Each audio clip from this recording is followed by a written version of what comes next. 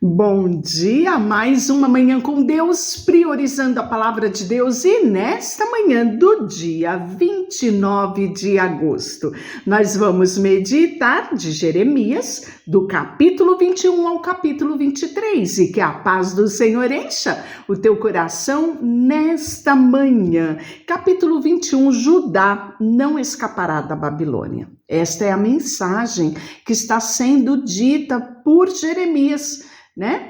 Na contramão do sistema, porque muitos não acreditavam que isso poderia acontecer. Muitos profetas queriam profetizar aquilo que fazia bem aos ouvidos do povo. E aí nós vamos ver que Jeremias, ele é autêntico, ele é verdadeiro, ele é sincero, ele está comprometido não com aquilo que acham dele, mas com a palavra de Deus. Ele está comprometido com a mensagem dada por Deus ao povo. E nós já vimos que ele já passou por maus bocados, não é? Por conta do comprometimento e da fidelidade e lealdade para com Deus. E nós vamos ver agora no capítulo 21 que o Senhor deu esta mensagem a Jeremias quando o rei Zedequias enviou Pazur, filho de Malquias, e o sacerdote Sofonias, filho de Maasés, para falarem com o profeta. Suplicaram a Jeremias: consulte o Senhor por nós e peça que nos ajude. Nabucodonosor, rei da Babilônia, está atacando Judá. Quem sabe o Senhor não fará com que um dos seus militares poderosos, como no passado, e obrigará Nabucodonosor a retirar o exército? Jeremias respondeu: voltem ao rei Zedequias e diga-lhe: assim diz o Senhor, o Deus de Israel, tornarei inúteis suas armas contra o rei Nabucodonosor e os babilônicos, que os atacam de um lado de fora dos seus muros.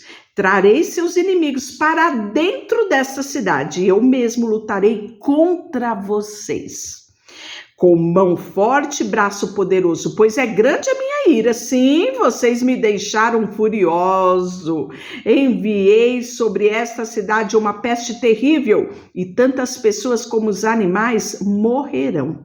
Depois de tudo isso, diz o Senhor, entregarei o rei Zedequias, seus servos, todos os habitantes dessas cidades que sobreviverem à doença, à guerra, à fome e a Nabucodonosor, rei da Babilônia, e os seus outros inimigos. Nabucodonosor os matará sem miséria e sem misericórdia, sem piedade e sem compaixão. Digam a todo o povo: assim diz o Senhor, escolha entre a vida e a morte. Quem ficará em Jerusalém morrerá por guerra, fome ou doença. Mas quem sair e se renderem aos babilônicos viverão. Sua recompensa será a vida, pois decidi trazer calamidade e não o bem. Sobre esta cidade, diz o Senhor, será entregue ao rei da Babilônia, e ele a queimará de alto a baixo. Então, aqui nós estamos vendo que já há uma sentença estabelecida por Deus. Em outros tempos, Deus falava: se vocês se arrependerem, eu mudarei o curso da situação, eu mudarei a sorte, se acheguem a mim. Agora não. Agora nós estamos vendo Deus dar o ultimato, dizer a eles qual é a sentença destinada a eles, né? E aí nós vamos ver o julgamento dos reis de Judá. Diga a família do rei, a família real de Judá: ouça a mensagem do Senhor, assim diz o Senhor, a dinastia de Davi. A cada manhã façam justiça ao povo que vocês julgam e ajudem os que são explorados e livrem-nos de seus opressores. Do contrário, minha ira arderá como fogo e ninguém é capaz de apagar, pois causa de todos os seus pecados, né? Então, é consequência, Israel, é consequência, Judá, dos seus próprios pecados. Eu mesmo lutarei contra os habitantes de Jerusalém, que essa fortaleza poderosa, contra o povo que diz: estamos seguros aqui, ninguém conseguirá entrar. Então o próprio Deus fala que vai lutar contra o povo de Judá, né? E vai castigá-lo, acenderá um fogo em seus bosques e ele queimará tudo ao derredor. E aí nós vamos ver que no capítulo 22 continua esta mensagem aos reis de Judá. Assim diz o Senhor: vai, fale diretamente com o rei de Judá e diga-lhe, ouça esta mensagem do Senhor ao rei de Judá, sentado no trono de Davi, que seus servos e todo o seu povo também escute. Assim diz o Senhor: sejam imparciais e justos, ajude os que são explorados e livrem-nos dos seus opressores. Abandone a maldade, não maltrate os estrangeiros, nem os órfãos, nem as viúvas, e parem de matar os inocentes. Se me obedecerem, sempre haverá um descendente de Davi sentado no trono de Jerusalém, porque esta era a promessa que Deus deu, né, a Davi e confirmou isso com o seu filho Salomão.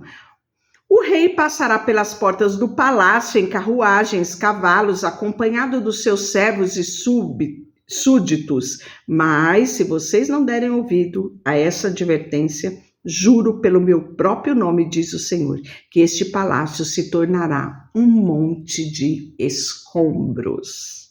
E ele ainda vai repetir uma mensagem, né? Frisando esta questão do palácio, né? Porque por ser ali, vamos dizer, o grande palácio, né? A memória de Davi, a memória de Salomão, a riqueza, a ostentação, eles pensavam que Deus ia poupar, né? Mas Deus, ele não está ligado ao físico, né? Deus não se importa com tantos ouros que há na parede. Se houver que vir destruição, virá destruição. Assim diz o Senhor acerca do palácio de Judá: eu amo tanto quanto as férteis florestas de Gileade e os bosques verdes do Líbano. Contudo, o transformarei num deserto e ninguém habitará dentro dos seus muros. Chamarei demolidores que trarão consigo suas ferramentas, arrancarão as suas belas vigas de cedros e a lançará no fogo. Pessoas de muitas nações passarão pelas ruínas dessa cidade e dirão umas outras: por que o Senhor destruiu esta tão grande cidade? E a resposta será: porque eles quebraram a aliança com o Senhor, seu Deus, para adorar e servir outros deuses, né? Então, nós vamos ver que esta mensagem, né, que Deus não deixará ninguém confundido, até mesmo tantos anos depois, se alguém disser, está lá registrado a resposta de Deus a respeito daquela calamidade. E a mensagem a Jeoacás: não chore pelo rei morto, nem lamente sua perda. Chore, porém, pelo rei que foi levado como prisioneiro, pois nunca mais voltará e nem verá a sua terra natal.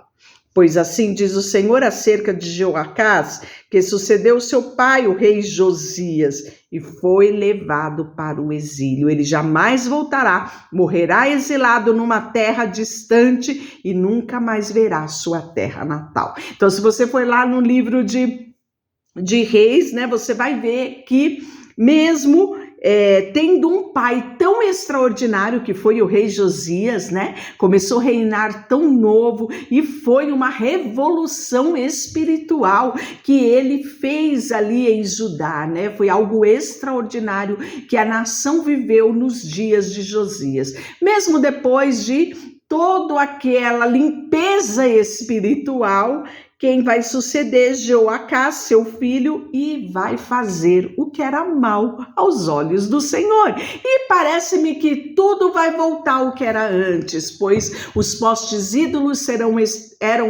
restabelecidos, a adoração a outros deuses, né? E Judá continuou seu declínio espiritual. O filho de Josias não deu continuidade ao legado do seu pai, ao reinado do seu pai. Ao invés disso, fez o que era contrário, né?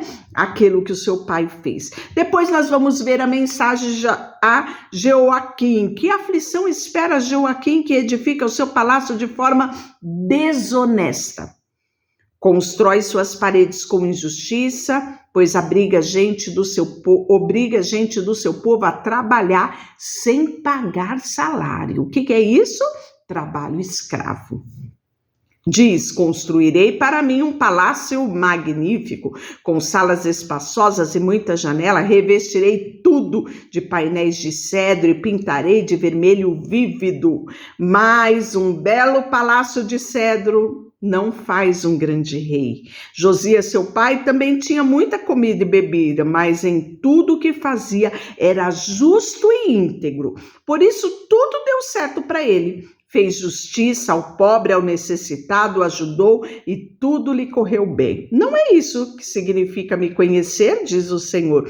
Você, porém, só tem olhos para a cobiça e a desonestidade. Derrama sangue inocente e reina com crueldade e opressão, né? Então, nós vimos quão nítido Deus fala, né, com esse povo, dando mensagem meio que exclusiva para que eles soubessem, né, qual era a queixa, qual era o argumento, o porquê da destruição, qual era a consequência advinda sobre eles. E aí, nós vamos ver no nosso capítulo 23 o descendente justo. Que aflição espera os pastores de minhas ovelhas, pois destruíram e dispersaram aqueles de quem deviam cuidar, diz o Senhor. Portanto, assim diz o Senhor, o Deus de Israel, a esses líderes do povo: em vez de cuidarem do meu rebanho e o conduzirem em segurança, vocês o abandonaram e o levaram à destruição. Agora eu os castigarei pelo mal que fizeram. Contudo, reunirei os remanescentes do meu rebanho, das terras de onde eu os expulsei, eu os trarei de volta para o seu curral e eles serão férteis e se multiplicarão. Em seguida, nomearei bons pastores que cuidarão dessas ovelhas. Elas nunca mais terão medo, nenhuma delas perderá. Eu, o Senhor, o falei, pois está chegando o dia, diz o Senhor, em que levantarei um renovo, um descendente justo da linhagem do rei Davi. De quem ele está falando? Do próprio Messias. Ele está falando aqui de Jesus, o rei perfeito, né? Ele diz: ele reinará com sabedoria e fará o que é justo e certo em toda a terra. E este será o seu nome: o Senhor é a nossa justiça. Desse dia Judá será salvo e Israel viverá em segurança, né? Então nós vamos ver que haverá também o julgamento dos falsos profetas, né? Então ele continua: meu coração está quebrantado por causa dos falsos profetas, e todos os meus ossos tremem, cambalearão como bêbados, como alguém vencido pelo vinho, por causa das santas palavras que o Senhor pronunciou contra eles. Pois a terra está cheia de adultério, debaixo de maldição, a terra está de luto, os pastos do deserto cercaram, pois todos praticam o mal e abusam do poder, né? Até os sacerdotes profetas são homens corrompidos. Vi seus atos desprezíveis aqui mesmo em meu templo, diz o Senhor. Portanto, os caminhos deles se tornarão escorregadios. Serão perseguidos na escuridão e ali cairão. Pois trarei calamidade sobre eles no tempo determinado para o seu castigo.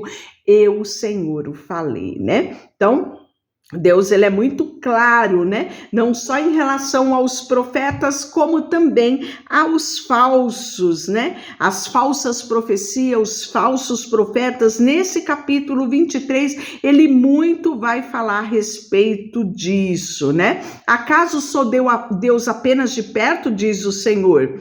Não, sou Deus também de longe. Pode alguém esconder de mim onde eu não veja? Não estou em toda parte, nos céus e na terra, diz o Senhor. Ouvi esses profetas o que disseram e tive um sonho e depois contaram mentiras em meu nome. Até quando isso continuará? Se são profetas do engano e inventam tudo o que dizem. Relatam esses sonhos falsos, procuram fazer o meu povo se esquecer de mim, como seus antepassados se esqueceram de mim para adorar a ídolos de Baal, né? Quem esses falsos profetas relatem seus sonhos? Mas que meus verdadeiros mensageiros proclamem fielmente todas as minhas palavras. Há diferença entre a palha e o trigo. Acaso a minha palavra não arde como fogo? Diz o Senhor. Não é como o martelo que despedaça a rocha? Portanto, assim diz o Senhor, sou contra esses profetas que roubam palavras um dos outros e afirmam que receberam-as de mim. Sou contra esses profetas cheios de lábia que diz, e esta profecia do Senhor. Sou contra esses falsos profetas. Seus sonhos imaginários são mentiras descaradas que fazem meu povo pecar. Não os enviei, nem os nomeei, e eles não têm nada a dizer a este povo.